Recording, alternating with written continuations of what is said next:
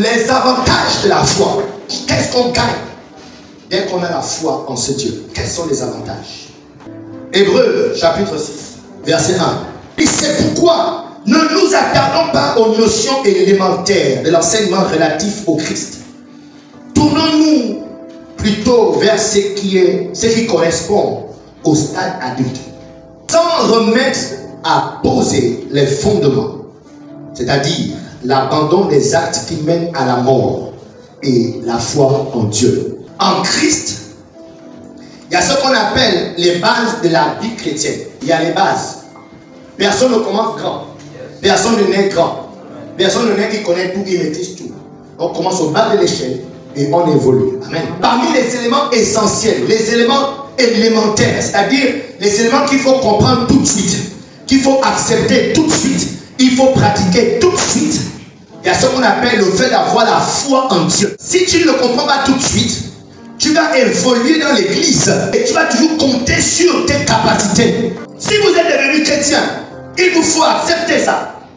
Désormais, tout ce que vous devez avoir dans ce monde, tout ce que vous devez être dans ce monde, vous devez accepter que c'est Dieu qui vous le donnera. Amen. Donc c'est Dieu qui vous fera devenir la personne que vous devez être désormais. Amen. Donc c'est quelque chose qu'il faut tout de suite, dès que tu es en Christ, tout de suite accepter ça. Foi en Dieu ne vous enlèvera jamais votre dignité. Votre foi en Dieu, tel qu'il vous fera vivre dans ce monde, vous allez exister, vous allez vaincre, vous allez survivre dans ce monde désormais par elle.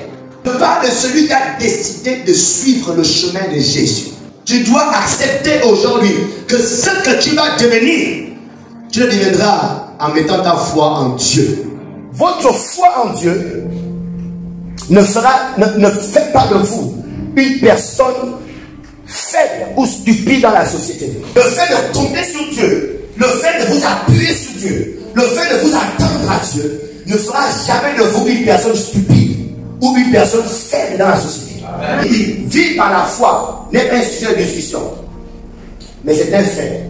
Amen. Dès qu'on devient chrétien, on vit par la foi.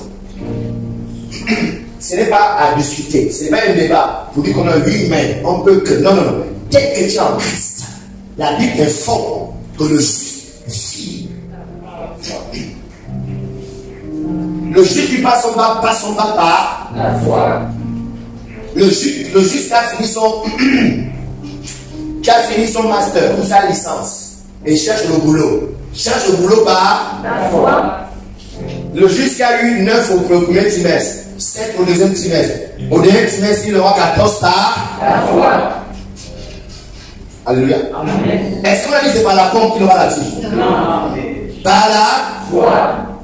Donc, dès que tu es chrétien, tu dois comprendre que tu es appelé juste. Et la Bible t'informe que désormais, tu vivras par la foi. Dirais-je encore, car le temps me manquerait pour parler de Gédéon, de Barak, de Samson, de Jephthé, de David, de Samuel et des prophètes. Voici les hommes qu'on a tous les cités, qui étaient des êtres humains comme toi et moi, qui avaient la chair, alléluia. Des êtres humains qui avaient des problèmes, des soucis, qui ont enduré les choses. La Bible dit que voici ces hommes aussi ici. Le verset 33 dit, qui, ces hommes-là qui, par la foi, vainquirent des royaumes. Ah! On n'a pas dit que parce qu'ils avaient les pères, ils ont vaincu les royaumes. C'est là par les races qu'ils ont. Et pourtant, ils avaient des armées. Et pourtant, ils partaient en guerre avec des chevaux. Et pourtant, ils avaient des lances. Amen. Attention. Amen. Amen. La foi n'est pas comme de la folie. Alléluia.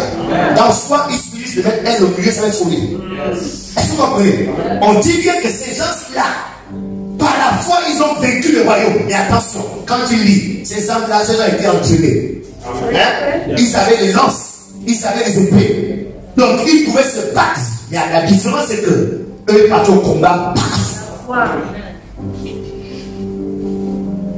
Donc, autrement dit, l'élève qui est en terminale, ou bien qui est en première, ou bien qui est en second, qui dit, ah, j'ai entendu le message sur la foi, que bon, par la foi, je vais passer en classe supérieure, et il s'assoit devant TikTok toute la journée, cette élève-là est fou, elle est folle. Vous comprenez? Parce que la foi ne va pas faire de. La foi est une démonstration. Or, la foi est une ferme assurance des choses qu'on espère. Hébreux chapitre Hébreux 11, verset 1, elle est la démonstration de ce qu'on va. Je crois que je vais passer en classe supérieure. Parce que je vais passer en classe supérieure, c'est pourquoi je me lève à 2 heures pour étudier. C'est pourquoi je passe tout l'après-midi devant mes exos, en train de faire les exos, parce que je sais que je vais passer. C'est lui qui s'assoit et puis ne fait rien, il a perdu espoir. Il est désespéré. Donc la foi, ce n'est pas dormir. Et il dit que non, Dieu va t'amener l'argent dans la chambre, tu as la foi. Tu es fou. Tu vas la foi, c'est la folie. Tu as joué elle à la foi. Enlève de elle, s'il te plaît, vite. Regarde ton voisin, est-ce que tu es fou bien tu as la foi? C'est la folie, mais c'est la foi. Il faut bien te rassurer. Rassure-toi bien. Moi, parce que le pasteur dit qu'on il fallait faire la folie. Je dis la foi, pas la folie, la foi. La Bible dit qu'ils ont vaincu les royaumes par la foi. Qu'est-ce que ça veut dire concrètement? Donc, ces personnes, ils avaient leur lance. Ils étaient entraînés, mais leur foi en Dieu, c'est leur foi en Dieu qui leur donnait la victoire. Ce n'est pas leur lance. Oui, ils avaient les lances, mais c'est leur foi en Dieu. La Bible dit que c'est la foi qu'ils avaient en Dieu qui leur donnait la victoire. Donc David, tu as entendu que David fermait la gueule ce matin avec les animaux? Tu as entendu ça? Tu as entendu que David courait après les lions, il éclatait leur gueule pour livrer de lui. Il se battait contre les ours. Et la Bible dit que David se battait avec l'ours par la foi. Tu ne connais pas l'ours qui menace ta destinée. David, c'était par la foi qu'il parlait contre l'ours, contre le lion. Il y a des gens, des études l'année là, c'est l'ours. Tu sens que là, c'est le lion. Quand tu sens que, hé, tu as passé en classe super année là, ça c'est un lion. Et regardez, la Bible nous parle d'un homme qui avait devant les lions. Il est par la foi, il partait contre les lions. Reçois la foi ce matin. Peu importe l'ours, le lion qui est devant ta destinée, je te vois en train d'aller contre ce lion et récupérer ta destinée, récupérer ta vie, récupérer tes finances, récupérer tes études. Au nom de Jésus. Il avait la foi, il parlait contre les lions, il écartait la gueule des lions et il récupérait ce qui lui appartenait. Alléluia. Tout ça par la foi. Verset 34. La Bible dit, ils éteignirent la puissance du feu, échappèrent au tranchant de l'épée, guérirent de leur maladie, furent vaillants à la guerre. Oh. Et j'aimerais vous informer que nous sommes dans un monde où tu ne peux pas prospérer en tant que juste. Tu es un juste, un chrétien, quelqu'un qui veut marcher selon les lois du ciel. Dans ce monde, on ne prospère pas avec ça. Tu ne peux pas juste être chrétien et tu dis ça va marcher. Parce que c'est un monde injuste. C'est un monde de corruption. C'est un monde, pour te lever, il faut abaisser les autres, écraser les autres. Pour avoir un poste, il faut mettre les épaules de madame. Hein? C'est un monde pour diriger, il faut dominer les autres. C'est un monde pour prospérer, devenir prospère, il faut appauvrir les autres.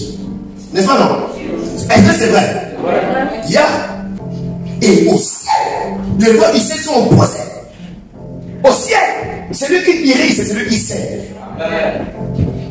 Au ciel, pour prospérer, il faut donner. Il ne faut pas les prendre pour les autres.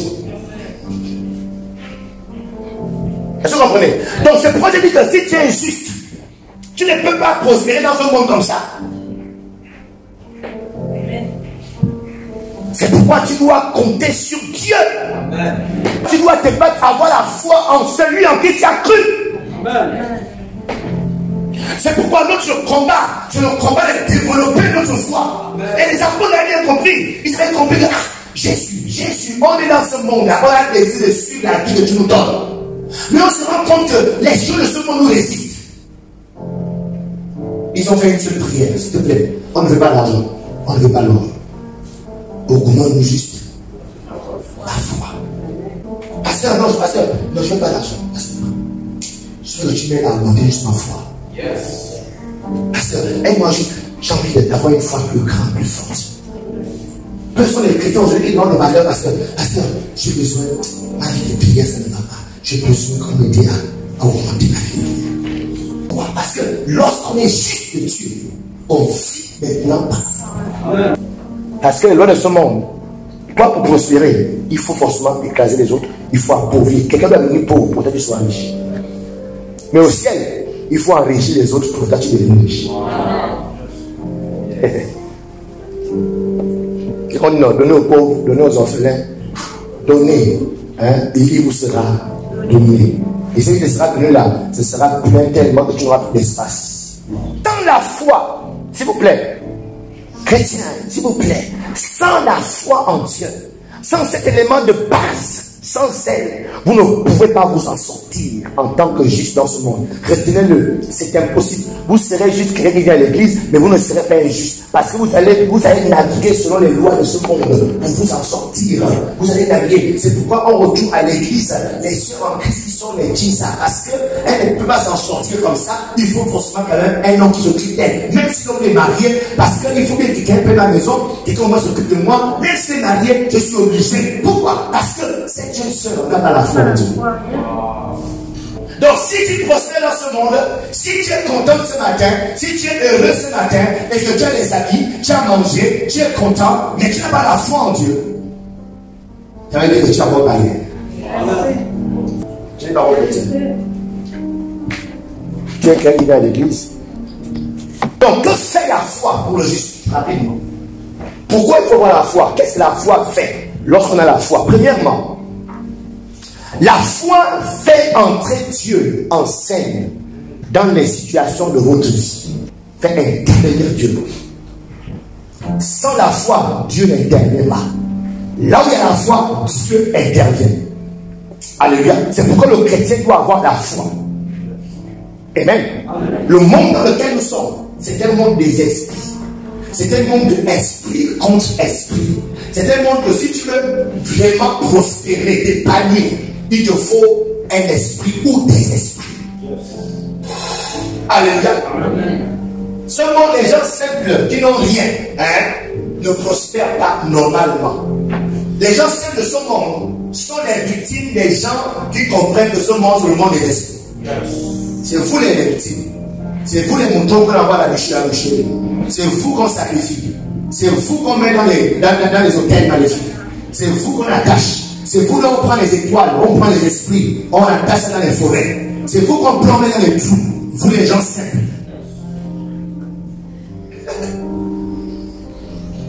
Alléluia. Donc les gens de ce monde qui dominent ce monde ne sont pas simples. Ils ont des esprits avec eux. Ils font des choses pour pouvoir attirer, amener les esprits à travailler avec eux. Afin de pouvoir dominer, diriger, prospérer dans ce monde. Mais nous les justes, nous on n'a qu'un seul esprit qu'on peut aller inviter aussi. Yeah. Nous on n'a pas à réveiller des esprits. On n'a pas aller chercher les filles de mon grand-père. Hein? Genre, l'esprit de mon grand-père, je veux le chercher. Non, nous les justes, on n'a pas mal réveiller l'esprit des grands-parents. Regardez, mon grand-père, c'était un instituteur. Amen. Est-ce qu'on ça? Amen. Il était instituteur et ils ont créé sa petite famille avec son salaire d'instituteur. Je ne sais pas trop combien gagnent les instituteurs. Amen. Je ne connais pas trop. 200 000, 400 000, je ne sais pas. Mais en tout cas, le monsieur a nourri sa famille avec son petit salaire d'instituteur.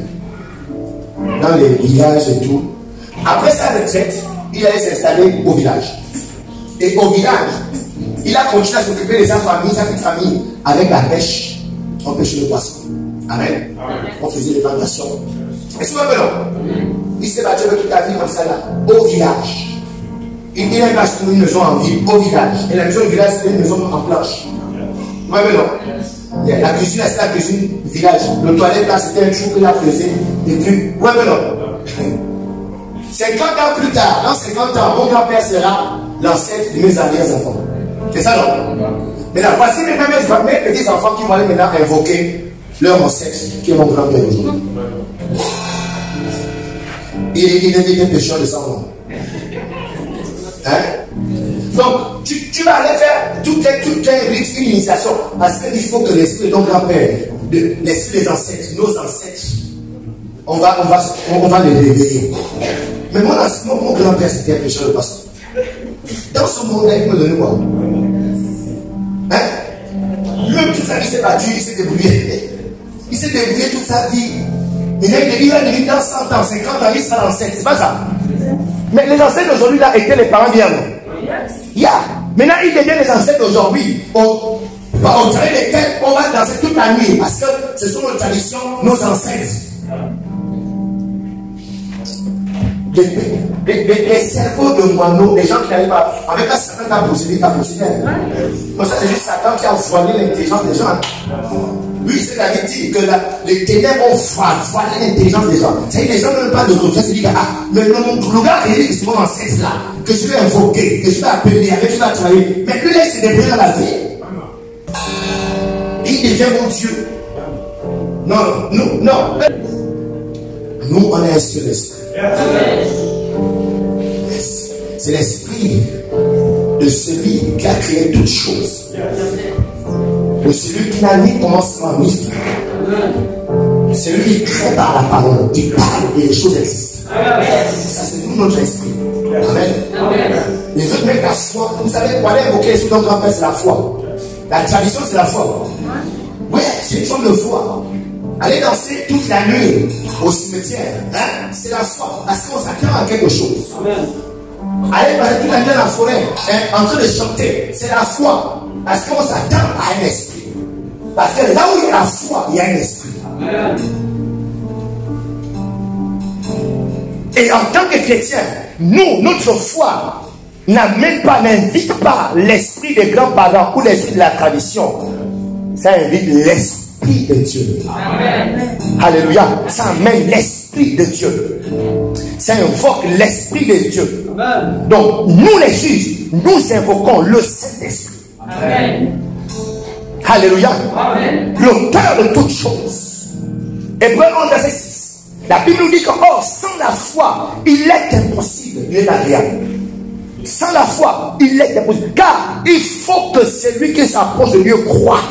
Il faut que celui qui s'approche de Dieu croit. Il faut que celui qui s'approche d'un esprit, celui qui s'approche de l'esprit, croit qu'il existe.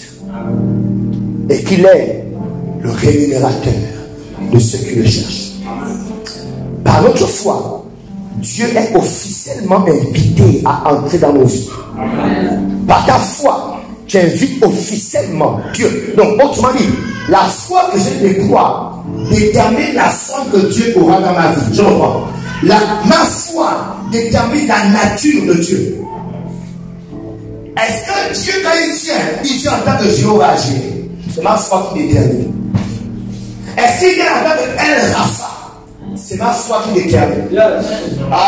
Est-ce qu'il vient en tant que Jéhovah Sabaoth? C'est ma foi qui détermine. C'est ta foi qui dicte ce que Dieu sera. Amen. Car celui qui s'approche de Dieu doit croire que Dieu existe. Là où il y a la foi, il y a Dieu. Amen. Là où il n'y a pas la foi,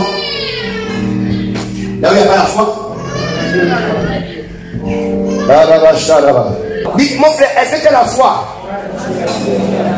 Parce que là où il y a Dieu, il y a la foi. Non, dis ça bien. Parce que là où il y a Dieu, il y a la foi. Et là où il n'y a pas Dieu, il n'y a pas de foi. Si tu dois avoir Dieu dans ta vie, tu dois avoir la foi. Je n'ai pas dit que tu dois venir à l'église. Parce que venir à l'église est un acte de foi. Mais ce n'est pas ça la foi. Tu peux venir à l'église sans la foi. Tu peux venir à l'église parce que tu as vu la vie existe, celui qui t'a invité. Alléluia. Je ne sais pas où es-tu actuellement. Je ne sais pas où est ta vie à cet instant. Je ne connais pas à quel niveau se trouve ta destinée. Mais je suis venu juste t'informer. Je ne sais pas si tu feras avec cette information. Là où il y a la foi, il y a Dieu. Amen. Donc même si c'est dans un trou que tu es, même si c'est dans une prison que tu es, là où il y a la foi, il y a Dieu. Amen. Même si ta situation est désespérée, ta situation est morte, là où il y a la foi, Dieu y est. Amen. Alléluia. Est-ce que ce trou est noir et tu es tout seul? Vous savez, là je parle aux esprits, je ne parle pas à toi physiquement. Toi physiquement, tu es dans la chambre en train de dormir, mais spirituellement, tu es dans un trou attaché. Yes. Toi physiquement, toi tu sais machin, tu sais partir à l'école, mais en réalité tu es attaché dans une forêt autour d'un arbre. C'est pourquoi je parle à l'esprit, je ne parle pas à toi, à ton corps. Alléluia. Et j'ai dit ce matin, peu importe où tu es, peu importe où tu es attaché, peu importe le trou noir où tu es, peu importe le vent du serpent dans lequel tu es, peu importe le serpent dans lequel on t'a attaché, là où il y a la foi, si seulement tu as la foi à cet endroit, Dieu sera avec toi.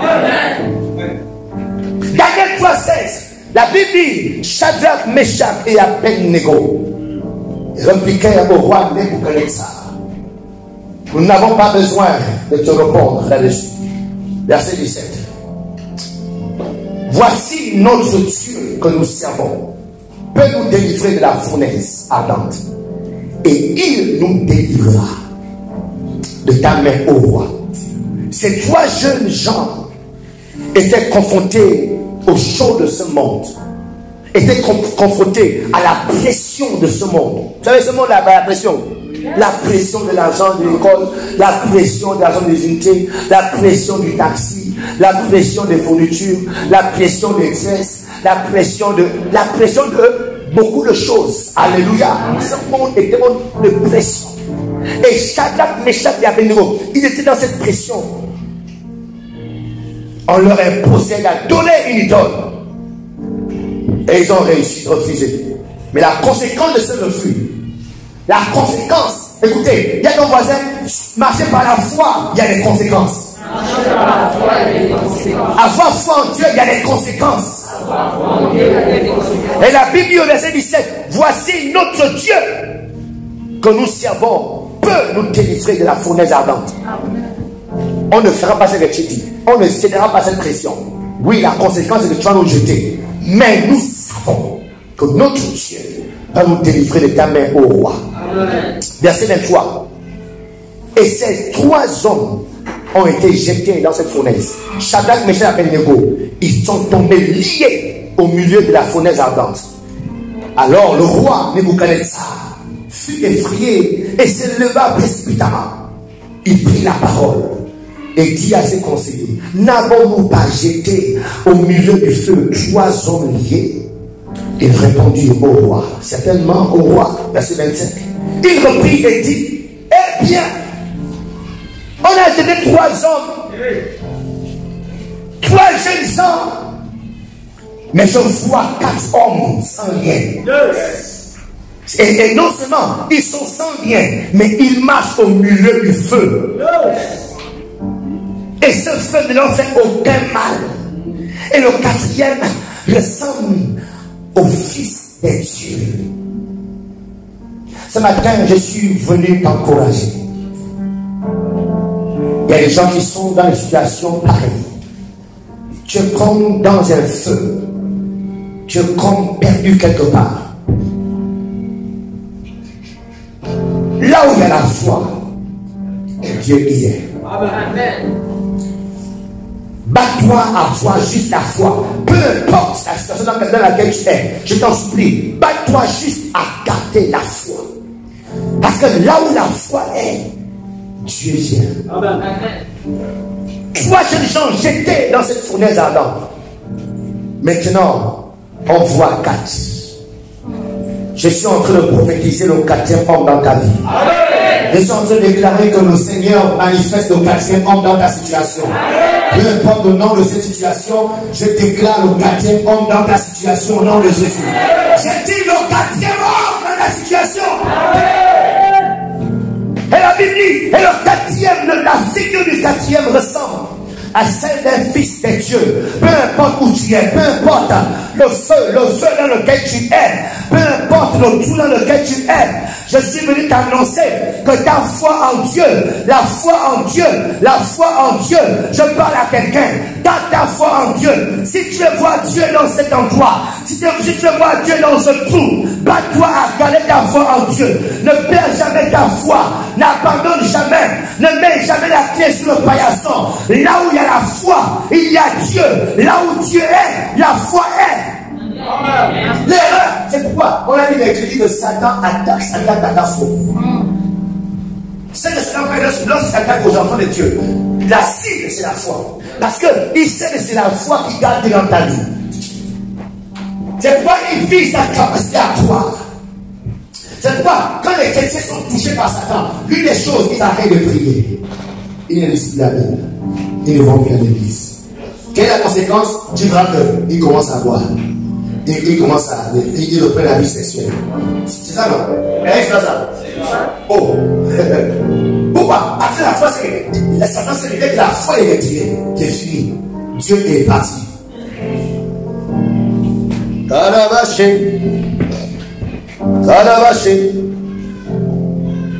C'est pourquoi ce matin, je viens t'encourager, enfant de Foursquare. Garde ta foi, s'il te plaît. J'insiste, s'il te plaît. Garde ta foi. Marc 10, 27 maintenant. Marc 10, 27. Jésus les regarda et dit, cela est impossible aux hommes, mais non à Dieu, car tout est possible à Dieu. Regarde, il dit, si tu crois, tout est possible à Dieu de croire. Et il dit ensuite, cela est impossible aux hommes, mais tout est possible à Dieu. Alléluia. Est-ce qu'on ensemble? Regardez tout ça. C'est un peu les mathématiques. Autrement dit, les hommes, il y a des choses qui ne sont impossibles. Vous avez ouvert. Mais quand tu vois la situation, en tant qu'homme, c'est impossible. Ok? Donc, autrement dit, la première impossibilité que tu gagnes là, ce n'est pas tant toi, mais c'est la présence de la foi. Tout est possible à celui qui croit. Donc, là où il y a la foi, il n'y a pas d'impossibilité. Maintenant, ensuite, il dit au Marc 10, que pour les hommes, là, c'est possible. Mais Dieu, tout est possible à Dieu. Donc, autrement dit, si la chose est possible quand il y a la foi et que tout est possible à Dieu, autrement dit, la présence de la foi marque la présence de Dieu. Amen. Donc ce n'est pas même lui. C'est pourquoi on a dit que David et Samuel, ce ne sont pas leurs muscles qui ont tué les lions. Vous comprenez? Ce ne sont pas leurs techniques de guerre. Parce que David n'a pas fait la guerre. D'ailleurs, quand il voulait tuer Goliath, il a dit, hey, monsieur, toi tu as pris la guerre où? Quitte là. Donc ce n'est pas la technique de guerre qui a tué Goliath. Alléluia. Mais c'est la présence de la foi. Autrement dit, c'est Dieu dans sa vie. Parce que là où il y a la foi, il y a Dieu. Amen. Et là où il y a Dieu, il n'y a pas de possibilité. Amen. Tout est possible. Oh, yes. C'est pourquoi je dis ton mariage est possible. Amen. Ta bénédiction est possible. Amen. Ton emploi est possible. Amen. Ta promotion est possible. Amen. Cette entreprise va s'ouvrir, c'est possible. Amen. Si seulement il y a la foi. Amen. Yes. Dans le combat de ta vie, c'est le combat de garder ta foi. Le combat n'est pas de laisser décourager, démoraliser par Satan et ses mensonges. Parce que dès que tu es désespéré, tu n'as plus la foi et tu n'es plus sans Dieu. Tu vas suivre dans la chambre, il n'est plus là. Dieu est maintenant avec toi comme il est avec le païen. Dieu avec les bons et les méchants. Mais la présence de Sabaoth, c'est le Dieu qui sait rentrer en scène. Amen. Amen. Il te voit, on te torture, il ne peut rien faire. Parce que la chose qui te fait rentrer en scène n'est plus là, la foi.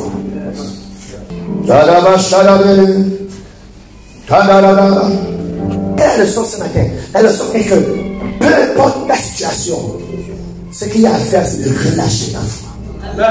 Peu importe ton désespoir, ce que tu as à faire, c'est de relâcher ta foi. Amen. Parce que quand tu relâches ta foi, Dieu est là. Amen.